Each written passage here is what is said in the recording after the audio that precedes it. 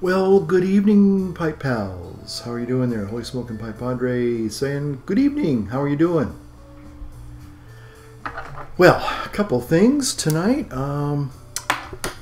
First off, let's make this really clear, shall we?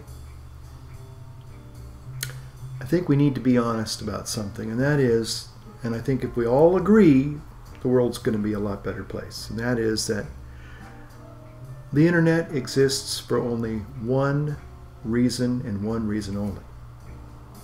And that is for those of us who love them to share their pictures with the rest of the world. And of course I'm talking about cats. Cats, lots of cats. People who love cats. That's right. The internet exists for one express purpose, and that is for us to post cute cat pictures of cats. Everything else is all superfluous. Doesn't matter, doesn't mean anything except cats. Okay? I finally figured that out this last week. I just wanted to share that with you. Now many of you probably already know that to be a fact, but some people don't understand that, and I thought I should just help my viewers, what few I have, to at least come to terms with that, and then I think the world's going to be a happier place. Well, tonight I got a couple things I want to talk about. I'm a little reticent to say this, but I know a lot of you have been following my recent videos in the last 6 months, and you know, a few of you have kind of said, you know, don't really care so much for the fitness angle thing. I mean, some people are complimentary saying, good job, way to go, but you know, we really want to talk about pipes and things like that. Well, you notice, old Holy Smoking Pipe Padre doesn't have a pipe tonight. There's a reason for that. And again, I think I'm going to be just forthright and honest and tell you that today, well, I got rid of my pipes today. I did.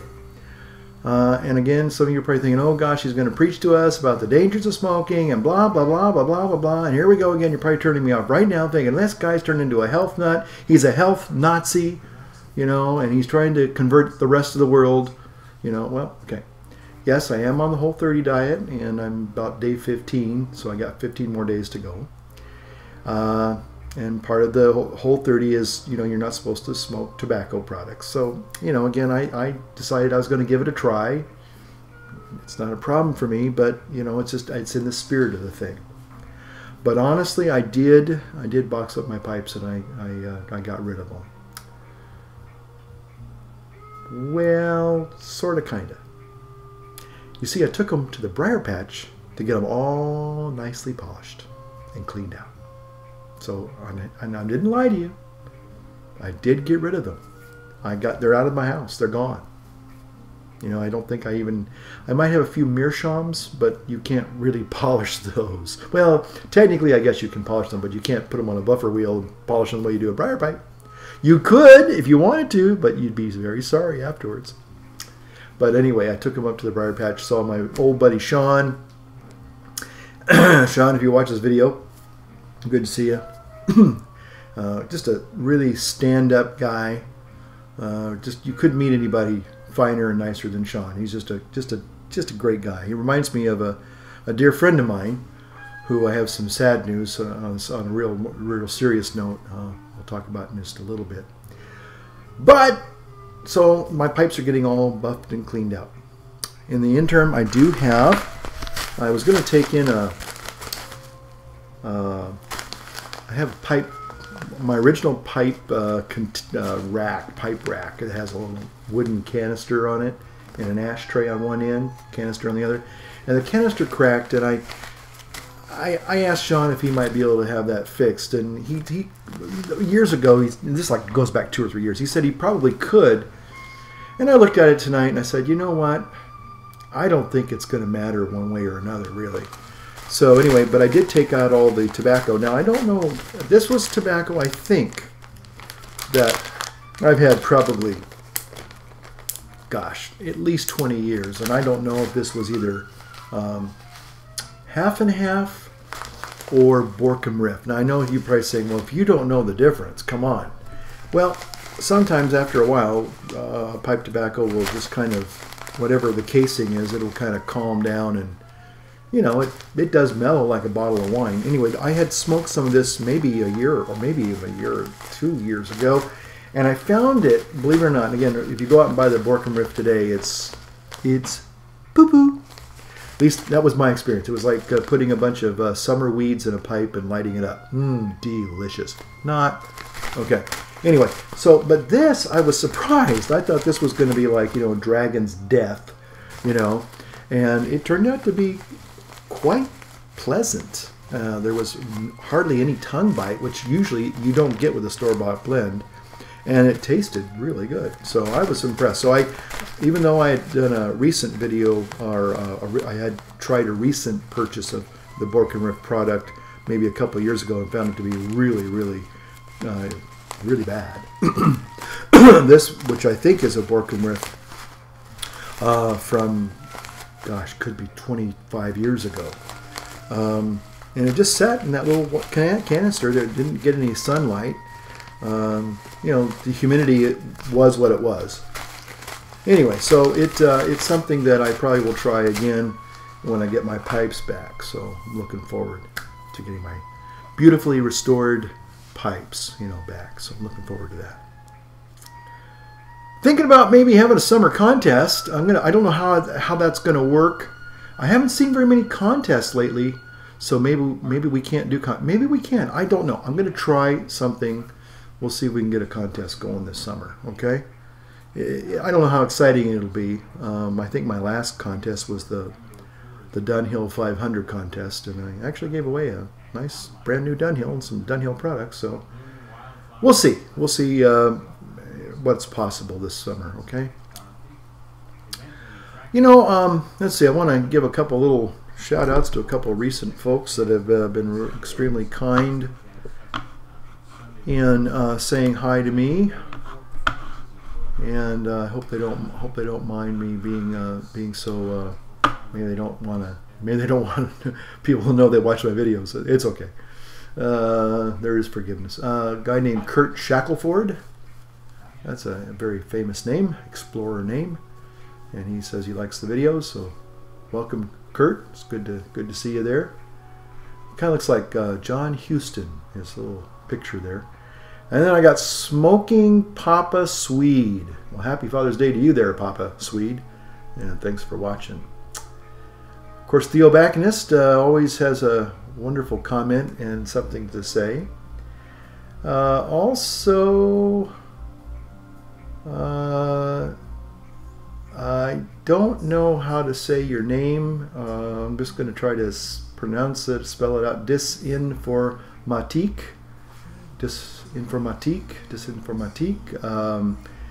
Has been kind of like a new follower, subscriber, viewer, and has a lot of nice things to say. My old friend Herminator.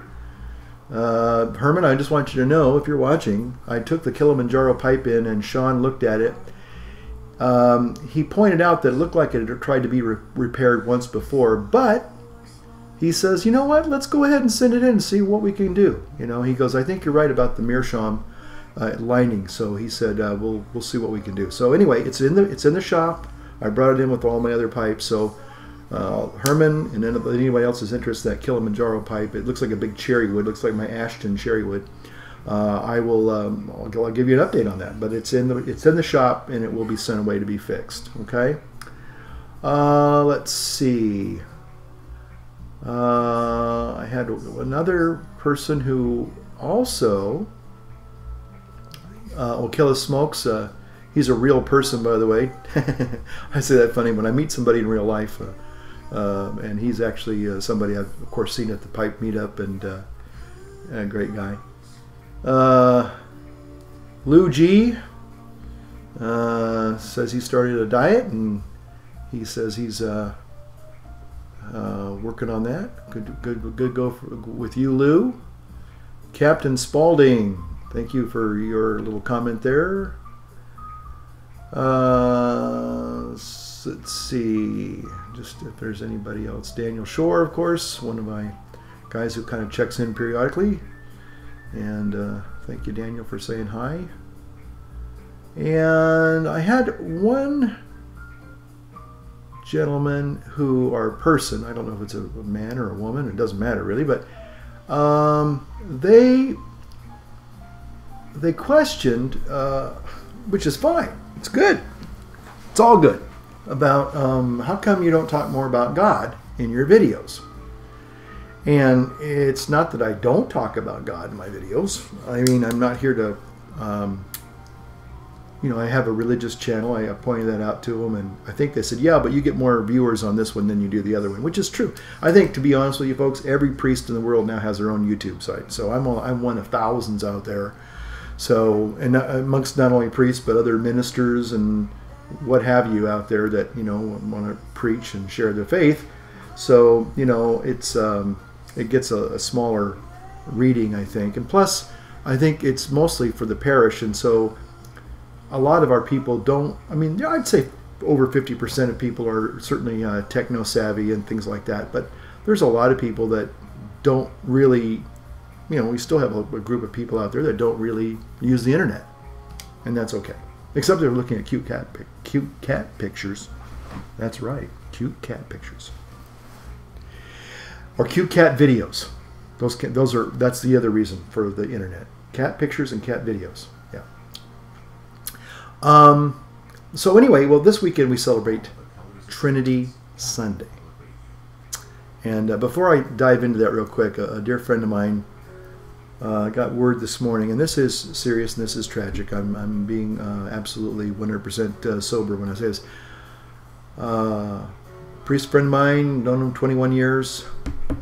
Last night, his rectory was broken into. He was pretty much beat within the inch of his life. He's now in the hospital. He's in serious condition, but stable, whatever that means. Serious and stable. And his associate pastor, young guy, only been ordained 2 years, was shot and killed. So I am actually kind of in a little bit of shock because I got the phone call this morning, and you know, all I know is what they have on the news. And I went to the local fraternity. He's a religious priest, and we have one of their groups here in Sacramento.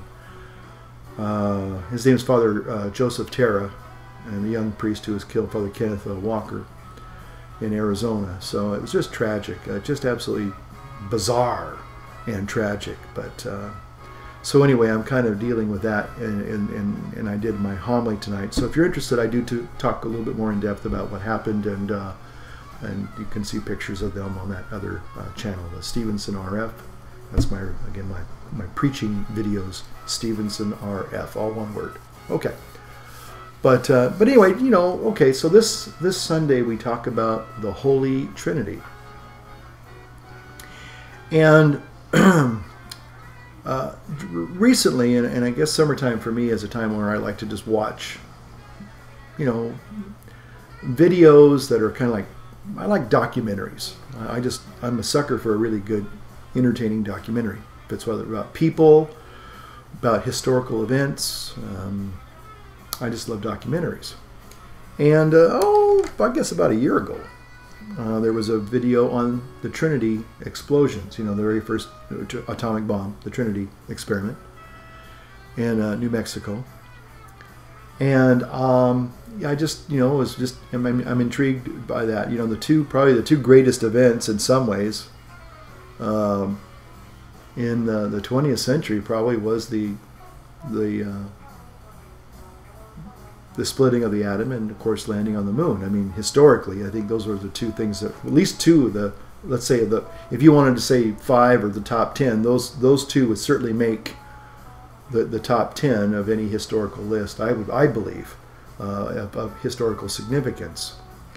And so the Trinity experiment, I think, it was in some ways rightly named before we knew just how dangerous and toxic plutonium and uranium are. I mean, and you know, the half-life and all these things that we now understand. I mean, probably every little first grader probably knows the dangers of these deadly chemicals. And well, of course, now I don't know. Maybe they don't. Maybe they don't know what happened. You know, 50, 60, 70 years ago. Maybe they don't. I don't know. But again, the whole concept of the Trinity is something that is a real. We always say it's a mystery, but I think, you know, I was watching again, and I mentioned this in a couple of videos earlier back about watching a documentary. There we go again, about J. Robert Oppenheimer, the I guess you could say the father of the atomic bomb, and a pipe smoker. And I bet you he likes cats too. That's my conjecture, but I bet he'd like cats too. He just seems like a cat kind of a guy. But anyway, the thing about the nuclear explosion and everything was, and this is something that they talked a lot about, was how they were really surprised. They had, you know, theoretically they knew what there was going to be, obviously a big bang and all that, and it was going to, you know, be pretty awesome. But when it actually happened, they really weren't prepared for that type of an explosion. You know, they tried to simulate it with 100,000 sticks of TNT or dynamite or something, thinking they could approximate a nuclear explosion based upon, you know, mathematically. But the actual nuclear explosion itself, the very first one, it just took them. It literally took their breath away, and it just set them back on their heels. They just couldn't believe the amount of energy and light and heat and the blast wave. It all came as this huge shock. You know, it was truly a very unprecedented moment up in that point in history, and they weren't prepared for that. And I think personally, you know, if we want to talk about the Holy Trinity, I think sometimes what we do is we limit ourselves when we try to conceptualize God, and that's where we get into trouble. Because anything that we can conceptualize is certainly going to be, I mean, in the reality of spiritual reality, the metaphysical reality of God, providing you choose to believe in such an understanding, is going to be far more complex and unexpected than you even possibly dreamed. I always like to talk about it being almost like being able to look at the fourth dimension in a three-dimensional world. You just couldn't comprehend that. You could kind of get a hint of it. You might be able to get a little glimpse, kind of, sort of, you know, through looking at a shadow here or a shadow there, but you don't have anything to really experience that with, except the fact that it does exist, and you kind of, you know, be like a two-dimensional being in a three-dimensional world. They could certainly exist, but they would not have the appreciation or the ability to really fully interact with that three-dimensional world. They exist, but very limited, right? And I think that's the way it is with God. So, you know, when I think about the Holy Trinity, you know, I was watching it's called Trinity and Beyond, the Atom Bomb movie. That's what it's called. Trinity and Beyond, the Atom Bomb movie. It's narrated by the one and the only, the inimitable William Shatner. Gone!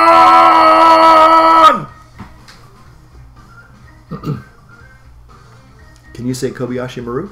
I knew you could. Anyway, so... and as I was watching that, you know, and watching these, you know, powerful, you know, brilliant, you know, awesome, you know, terrifying explosions. And then I started realizing, you know, why did they name it Trinity? And I thought, well, in some ways, if you go back to Moses and you go back to Jesus on the mountaintop, you know, with the disciples, Peter, James, and John, when God revealed himself, there must have been that sense of, oh my, yes, and you can say it literally and respectfully, my God, because that's who they were facing. And I just think that when you think about the Holy Trinity, you know, sometimes we kind of conceptualize it, which is okay. We do that as human beings, but the moment we conceptualize it, we then limit ourselves. And when we think of God, we must kind of be more expansive. We must even allow our minds to be completely rearranged, our thinking even rearranged when it comes to, I guess, the concept of God in the form of the Holy Trinity. So I don't know if that is something that even appeals to many of you, or even it makes sense. You know, sort of like good old tobacco. You know, you smoke your pipe.